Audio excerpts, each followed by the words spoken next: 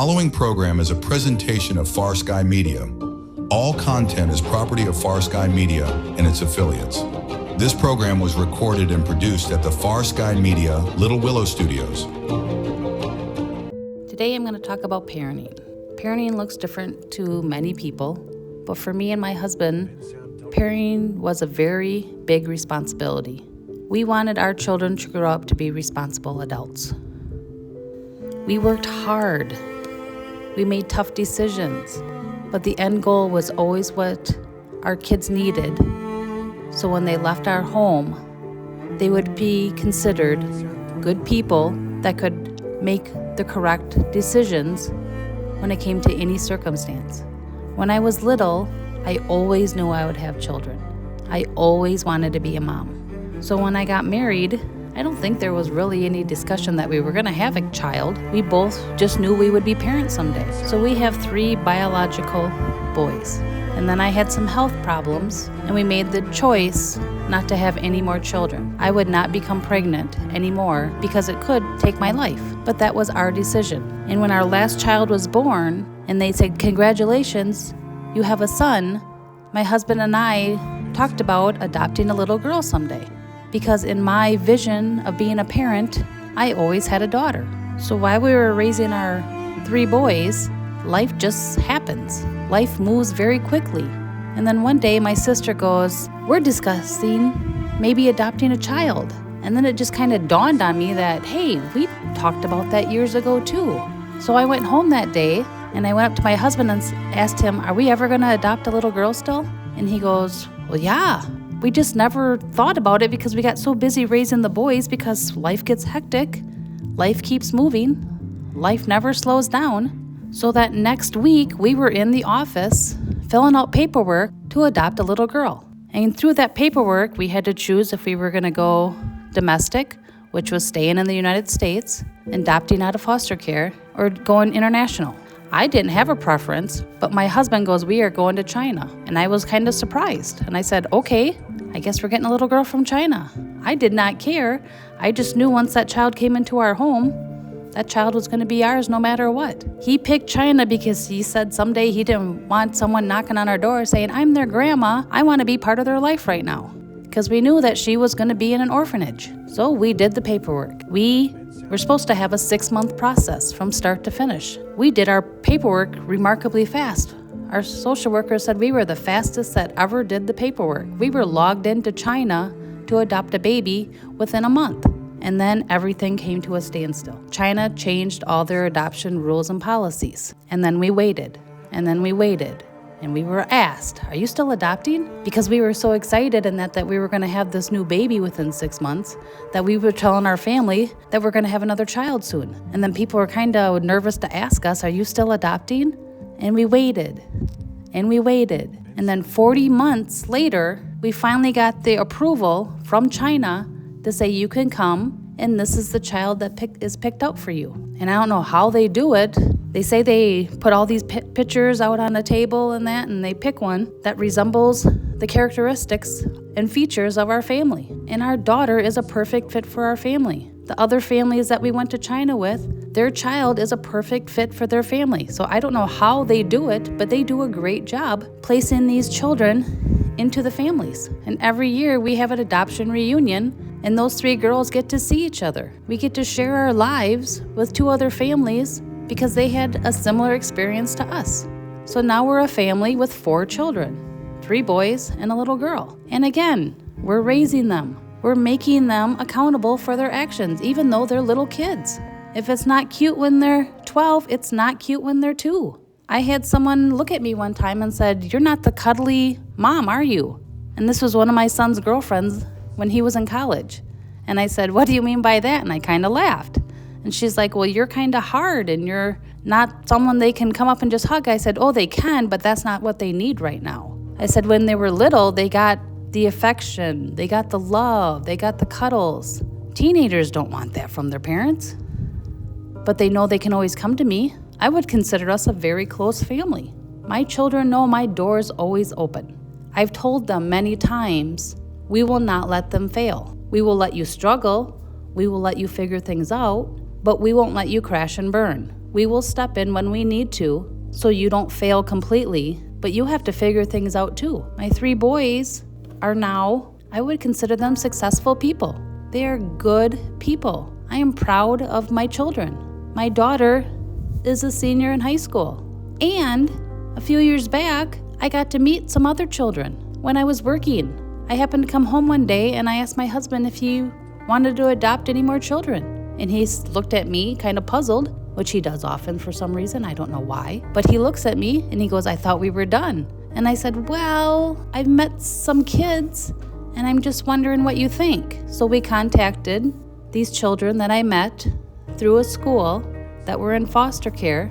We contacted their social worker one day and we asked her some questions, and she could only answer them so far because of confidentiality. But then she set up a meeting with us and she answered some questions and to see what kind of people we were. And she goes, would you guys like to be their respite care?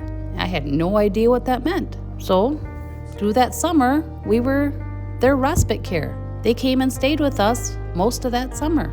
And it was 2 little boys, a 9-year-old and an 8-year-old. And we just got to know them, and they got to play, and they got to be part of our family.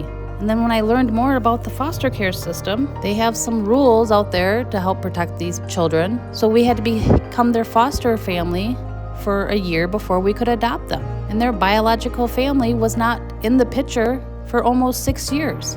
But I went to those court cases and I sat there until all the parents' rights were terminated so they could become 100% ours. And then when we finally adopted those 2 boys, we had 6 children, 5 boys and 1 girl. I kind of have twins. 2 of them are in the same grade. 2 of them are going to be graduating high school this year. And I think that might be a reason why those 2 butt heads a lot. They're very strong personalities. They're both good people, but they both want to be a leader and they both can at the same time. So those 2 go back and forth once in a while. But deep down, I think they would step up and be there for each other if they really needed it. Every family has conflicts. Every family has moments where they just don't want to be in the same room with each other. But I know deep down in my heart that if push comes to shove, my children will be there for each other if they really needed someone. Our family is important, but right now in their teenage lives, it's not number 1. They don't see it that way, and that's okay. And our youngest is a junior in high school. You blink and they are growing up so fast. I still remember when I brought my first baby home. I was scared. I've never been a parent before. How am I going to take care of this little thing that depends 100% on me? I'm going to raise them to be a good person. How am I going to raise them the right way? I relied on my parents and their guidance quite a bit.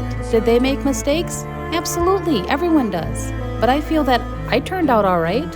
When I look at my older boys, I'm very proud of them. When I'm looking at my teenagers, I am proud of them. They are good people. They're all very good athletes, but we weren't raising them to be professional athletes. If that did happen in their life, great for them, but that's not the direction we were raising them to be. We were raising them to be responsible adults. We held our kids accountable every step of the way. I still question them once in a while. My kids always had a voice in our family. They still do. We can have a conversation. I might change my mind, I might not, but we can have that conversation to come to an understanding of why I'm doing what I'm doing and why they're doing what they're doing. I know I'm not always right, and everyone knows kids growing up are not always right, but they need that guidance. They need that love and support. They need to be held accountable so they don't make the same mistakes, because someday a sorry's not going to fix everything. Oops, I didn't mean to do that. Growing up, they get to learn boundaries, so when they become adults, they know boundaries are not something they should really test to a certain extent. Laws and rules are there for a reason. So my parenting will never be over, but it has eased up with some. I told my kids from the get-go, I am not your friend. I don't want to be your friend. The day that I will call you a friend is the day that you're on your own. Right now, you are my child and I am your parent, and we are not equal. Rules are put in place for your protection, for my protection, for your own good. But explaining that to kids isn't always easy. And I tried to live by example. One of the biggest things I instilled in my kids is lying. I can't stand lying. And more times than not, parents already know The reason, they just want to give that child an opportunity to explain themselves and to tell the truth. And in the beginning, when I was trying to instill that lesson into my kids, if they told me the truth immediately, they would have no consequence no matter what they did. And I would praise them for telling me the truth because they have to be taught these things.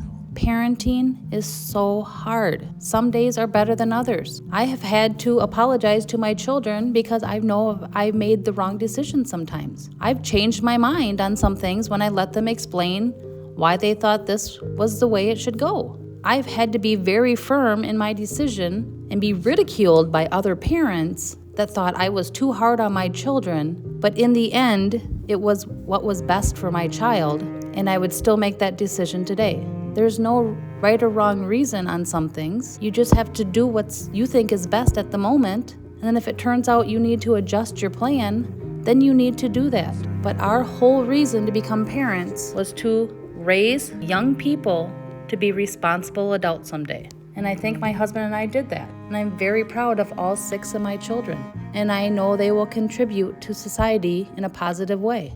And they have their own minds and they have their own goals. And I don't always agree with all that, but I don't have to agree with all that because it's their life. As long as they're doing things the right way, the respectful way, they will be fine. They will succeed. And isn't that what we really want for our children? So hug your children when you can, because there's going to be a time frame when they don't want those hugs. And then they'll come back around and they'll take those hugs again someday, but they grow up too fast. Parenting is hard, but it is so rewarding when you see them succeed and be the people they're supposed to be. The biggest, the proudest moments is when other people come up to me and compliment my children. They're good people. It's so nice to hear that because that will take them further in life and help them to reach their goals. Keep working on your parenting. It's a never-ending job that has so many rewards. Love your children. This has been a Far Sky Media presentation. All content is property of Far Sky Media and its affiliates. Visit us at farskymedia.com for more information and programs. Thanks for joining us today. This program was recorded and produced at the Far Sky Media Little Willow Studios.